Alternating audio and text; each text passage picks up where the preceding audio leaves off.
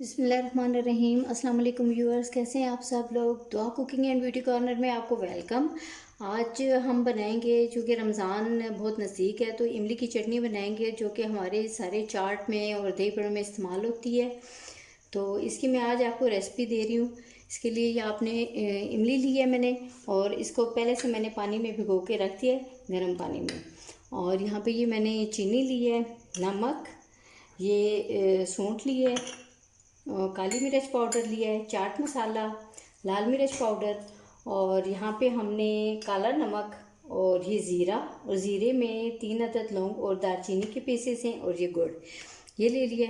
और यहाँ पे हमने सिरका ले लिया थोड़ा सा। तो अब हम शुरू करते हैं अपनी रेसिपी। जी व्यूअर्स, अब यहाँ पे हम फ्लेम करने लगे ऑन, और इसमें ये जो इमली है इसका पल्प हम इसमें ऐड करेंगे, साथ इसमें पानी भी ऐड करेंगे।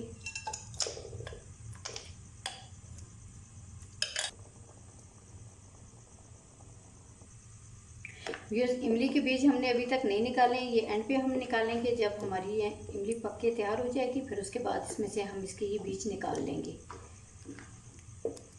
अभी सारी चीज़ें डाल के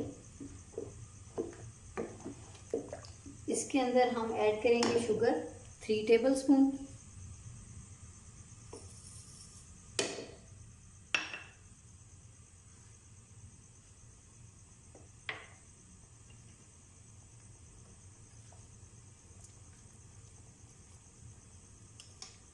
टू टेबल स्पून इसमें हमने गुड़ ले लिया है।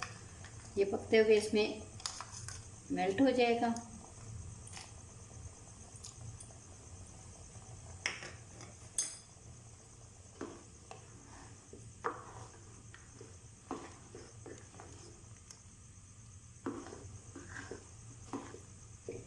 अब इसमें हम बाकी चीज़ें ऐड करते हैं। 1 teaspoon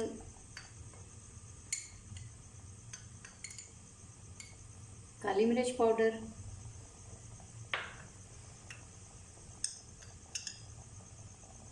half tea spoon salt, काला नमक भी इसमें आप हाफ टी स्पून जाएगा। सफ़ेद ज़ीरा 1 टीस्पून, और इसमें 3 अदद लौंग और छोटे छोटे 2-3 दालचीनी के टुकड़े हैं, वो इसमें ऐड कर देंगे। 1 टीस्पून इसमें हम डालेंगे चाट मसाला, और 1 टीस्पून, क्योंकि हाफ टी स्पून इसमें लाल मिर्च पाउडर डाल देंगे। इसको हम हिलाते रहेंगे। इसमें और थोड़ा सा पानी ऐड करना है।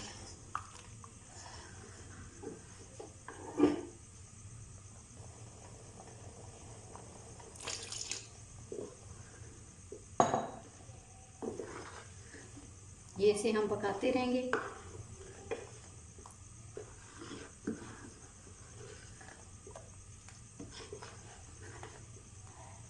सिरका व्यूअर्स हमने रख दिया है। कुछ लोग कहते हैं कि अगर वो चटनी बना के रखते हैं फ्रिज में तो वो ख़राब हो जाती है, तो एंड पे हम थोड़ा सा सिरका ऐड कर देंगे, ज़्यादा अरसे के लिए चल जाएगी। अगर ये आपको है कि आपकी ख़राब हो जाती है तो आप इसको फ्रीज़र में भी रख सकते हैं।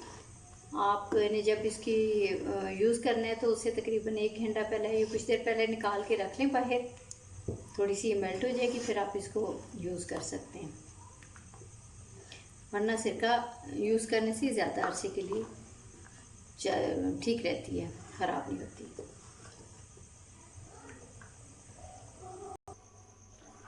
इसको हम इतनी देर तक पकाएंगे जब तक ये कुछ थिक हो जाए।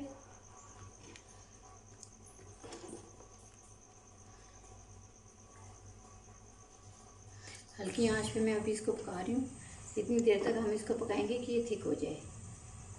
अगर आप चाहें तो इसमें मीठा ज़्यादा भी कर सकते हैं। कुछ लोगों को ज़्यादा मीठा पसंद होता है, कुछ लोगों को कम पसंद होता है। अपनी जिस तरह की आपकी चॉइस के मुताबिक नमक और मीठे में आप चेंजेस कर सकते हैं।